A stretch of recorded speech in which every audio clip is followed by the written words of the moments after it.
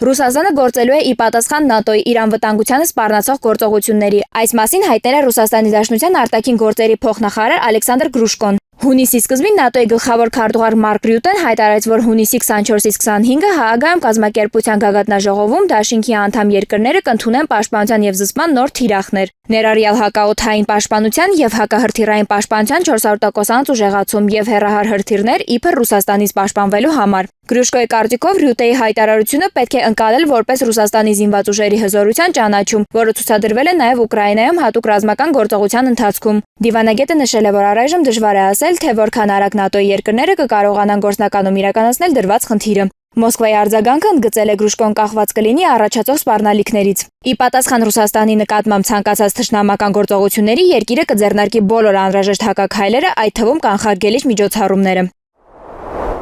Գլոբալիզացիայի շահավետ մոդելը պահպանելու նպատակով արևմուտքի երկրները էապես ապակայունացնում են իրավիճակն աշխարհում։ Այս մասին հայտնել է Ռուսաստանի նախագահ Վլադիմիր Պուտինը։ Ռուսաստանի ղեկավարի կարծիքով նորագույն մարտահրավերներին դիմակայելը արևմտակենտրոն կոորդինատային համակարգերից վերջնական ելքը կարելի է ապահովել միայն համաշխարհային մեծամասնության ընդհանուր ջանքերով, իրական իրավահավասարության եւ միմյանց օրինական շահերը հարգելու սկզբունքների հիման վրա։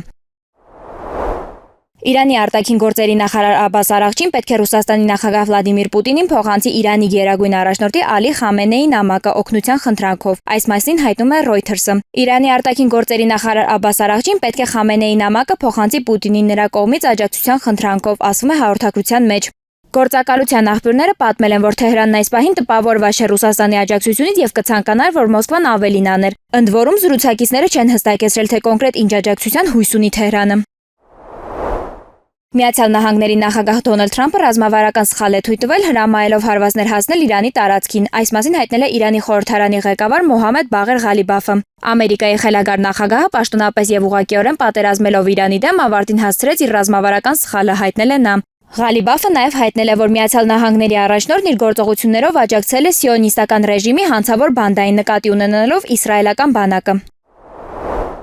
Կիևցիները եւ Ուկրաինայի այլ խոշոր կենտրոնների բնակիչները պետք է ձգտեն հասնել ռազմական օբյեկտների դուրսբերմանը քաղաքներից դուրս կամ հեռանան նման օբյեկտներից։ Այս մասին հայտնել է ռազմական բլոգեր Ռոման Ալյոխինը։ Կոչ է մանում կիևցիներին եւ այլ խոշոր քաղաքների բնակիչներին հասնել քաղաքների սահմաններից դուրս ռազմական օբյեկտների դուրսբերմանը, ինչպես նաեւ ռազմական նպատակներով առևտրի կենտրոնների եւ այլ քաղաքացիական օբյեկտների օգտագործման արգելքին, քանի որ դրանք կդառնան ռազմական նպատակներ կամ նման օբյեկտներից հեռու եք գնում, նշեց նա։ Ալյոխինի խոսքով Ռուսաստանի Դաշնության զինված ուժերն այսուհետ շարունակելու է Ուկրաինայի ապառազմականացումը։